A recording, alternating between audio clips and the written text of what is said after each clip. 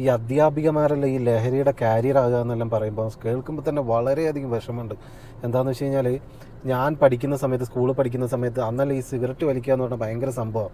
നമ്മൾ സിനിമയിലെല്ലാം കാണുന്നതും അല്ലെങ്കിൽ നമ്മൾ നാട്ടിൻപുറത്ത് വലിയ വലിയ ആൾക്കാർ വലിക്കുന്നത് കാണുമ്പോൾ ഭയങ്കര ഒരു ആവേശമാണ്.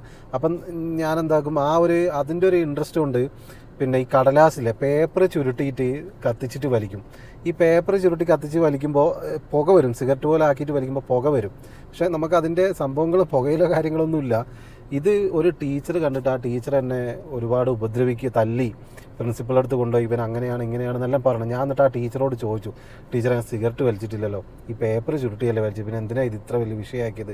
അന്ന് ആ ടീച്ചർ എന്നോട് പറഞ്ഞൊരു കാര്യമുണ്ട്, ഇന്ന് ഇത് വലിച്ച നീ നാളെ നീ സിഗരറ്റും വലിക്കും, ഇതിനപ്പുറവും വലിക്കും. ആ ടീച്ചർ പറഞ്ഞാൽ കറക്റ്റാണ്. എൻ്റെ ഗ്യാങ്ങിലുള്ളവരെല്ലാം അത്യാവശ്യം അലമ്പുള്ളവരായി, ഞാനുമായി വലിയ എല്ലാ സംഭവങ്ങളും ആ ഒരു ടൈമിൽ ആ ടീച്ചർ പറഞ്ഞ അതേപോലെ തന്നെ നടന്നു.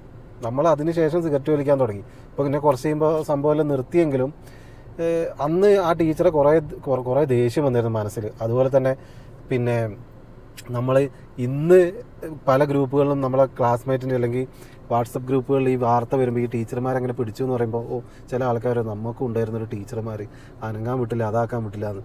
പക്ഷേ ഇന്ന് ഞാൻ ഓർക്കുന്നു, ആ ടീച്ചർമാരൊക്കെയാണ്, ആ അധ്യാപകരൊക്കെയാണ് കറക്റ്റ് ഹീറോസ് എന്ന് പറയുന്നത്.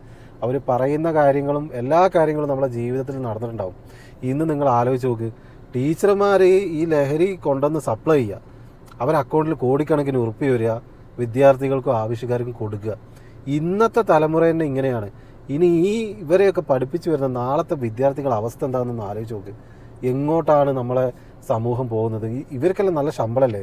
ഈ അധ്യാപകർക്കെല്ലാം അത്യാവശ്യം നല്ല ശമ്പളമുണ്ട്. എന്തിനാ പിന്നെ ഇങ്ങനത്തെ പണിക്ക്, ആവശ്യമില്ലാത്ത പണിക്ക് നിൽക്കാൻ പോകുന്നത് ഇവർ?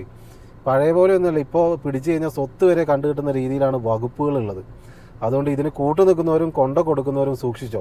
ഇപ്പം നിങ്ങൾ ചിന്തിക്കും, നീ അന്ന് വലിച്ചു എന്നെല്ലാം പറഞ്ഞില്ല, പിന്നെ ഇപ്പം നമ്മൾ ഒരു സിഗരറ്റ് വലിക്കുന്നത് ഇല്ലെങ്കിൽ എന്തെങ്കിലും ചെയ്യുന്നത് പോലെയല്ല ഇന്ന് അത് സ്റ്റോപ്പാക്കാം, സ്വിച്ച് ഇട്ട് പോലെ സ്റ്റോപ്പാക്കാൻ പറ്റും. പക്ഷേ ഇന്ന് എന്ന് പറഞ്ഞാൽ ലഹരിക്ക് അടിമകളായി മാറുകയാണ്.